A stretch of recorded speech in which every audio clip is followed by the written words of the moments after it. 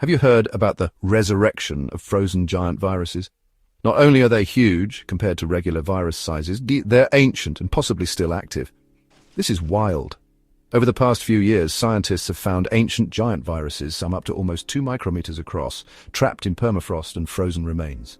Thus far, when it comes to permafrost viruses, researchers have only come across the ones that infect single-celled organisms labeled as amoebas.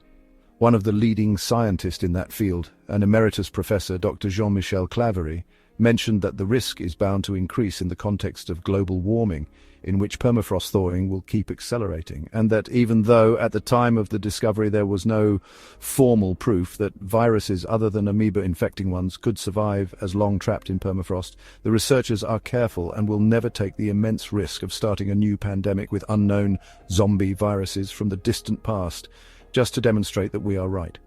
Decades ago, in 1997 and 2012, traces of viruses and bacteria that can infect humans have been found preserved in permafrost.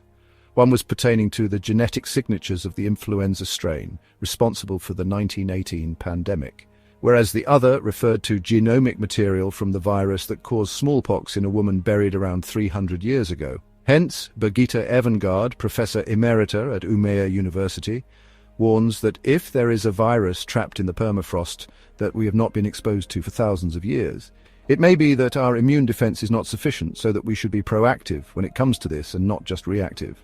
Thus, it is of a great importance to understand how the Arctic's melting, and maybe how we could slow it down. Like, share and subscribe for more fun facts.